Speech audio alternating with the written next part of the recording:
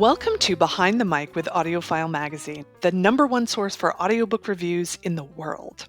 I'm publisher Michele Cobb, and I'm talking with narrators about their titles on our Best Audiobooks of 2025 lists. Today, my guest is Grover Gardner, an award-winning narrator and audiobook producer. I've got plenty of questions for him, but first, let me give you AudioFile selections for best audiobooks in history and nonfiction. Dark Renaissance by Stephen Greenblatt, read by Edoardo Ballerini. The Fate of the Day by Rick Atkinson, read by Grover Gardner and the author. Food for Thought, written and read by Alton Brown. Mother Emanuel by Kevin Sack, read by William Demerit. Original Sins by Eve L. Ewing, read by Robin Miles and the author. We the People, written and read by Jill Lepore. Welcome, Grover, and congratulations. Thank you very much. It's a great honor.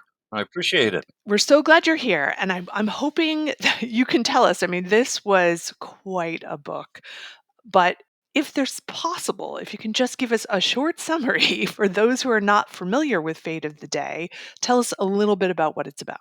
Well, it's the second volume in Rick Atkinson's History of the Revolutionary War.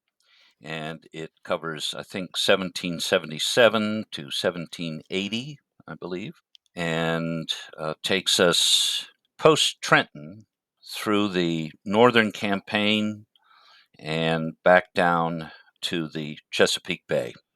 Now, history and nonfiction titles are often very dense and require some research. Obviously, you're talking about a lot of different historical events that happened in that period. So I'm curious, what were the main challenges of reading this particular book?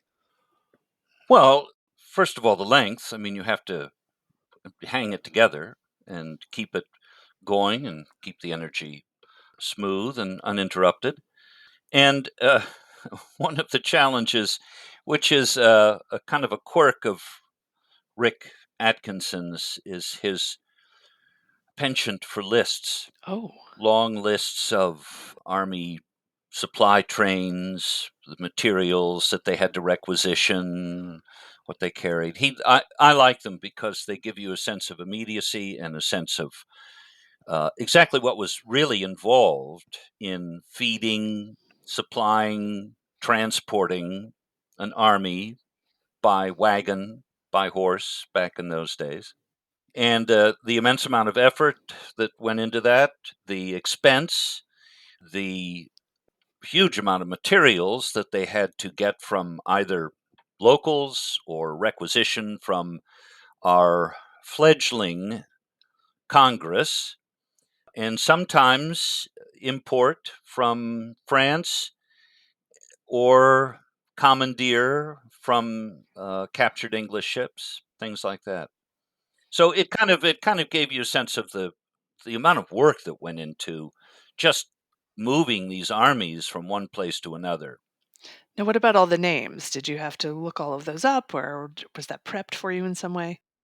No, I hope we know most of them. Oh, good. The English names are a little bit different from what we usually say. Things like Cornwallis and Burgoyne and other those things. They actually have a little different stress in their English context than we grew up saying them, when we studied the Revolutionary War. And so I chose to stick with the English pronunciations, which are more accurate, Makes sense. because the book spends a lot of time in England.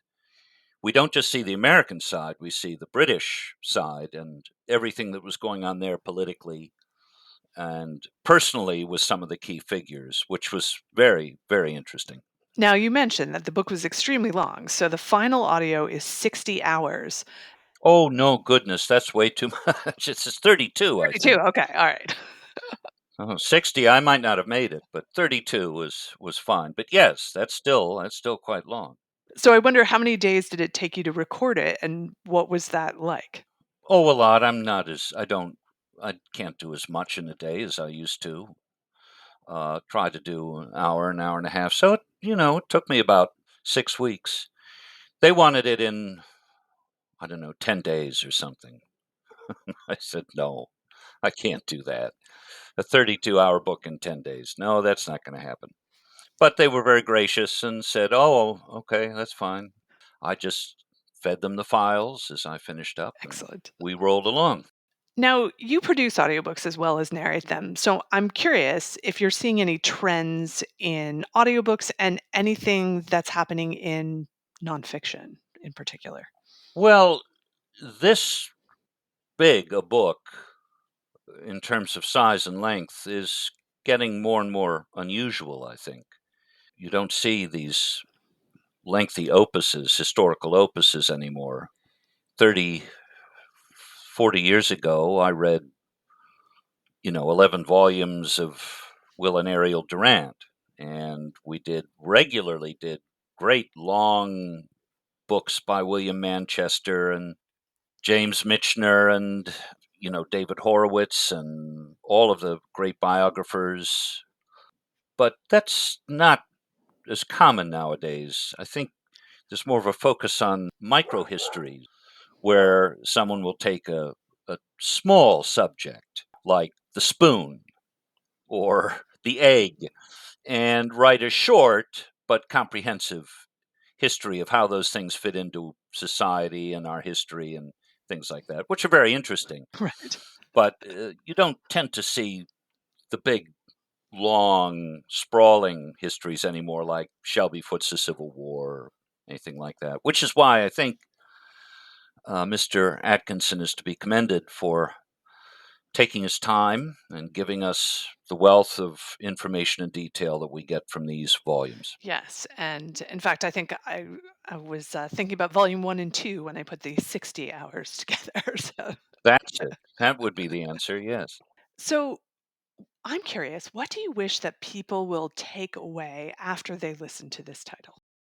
Well, I think it's rather timely, given what the country is going through at the moment, what a tremendous struggle it was to free ourselves of British control, and how precarious the situation was. Washington wasn't the best general at all times.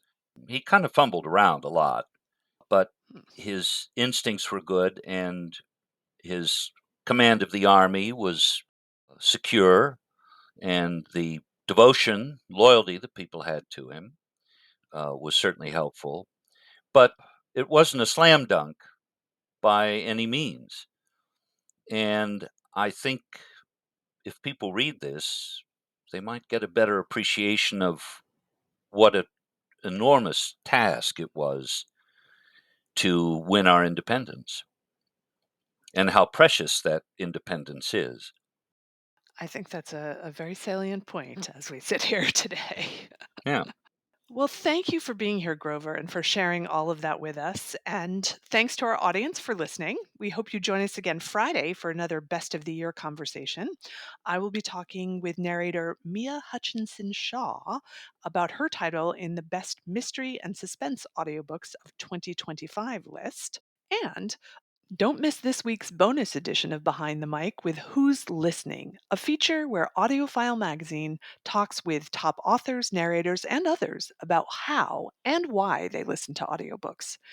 This Thursday, host Joe Reed sits down with true crime writer Sarah DeVello, who's also the founder and host of the interview series Mysteries and Thriller Mavens. She's co-chair of the Nantucket Book Festival and author of Broadway Butterfly, narrated by Jordan Cobb. That's this Thursday, December 11th, on Behind the Mic with AudioFile magazine. And support for today's podcast comes from Dreamscape, an award-winning audiobook publisher with a catalog that includes authors L.J. Shen, Frida McFadden, and Katie Robert.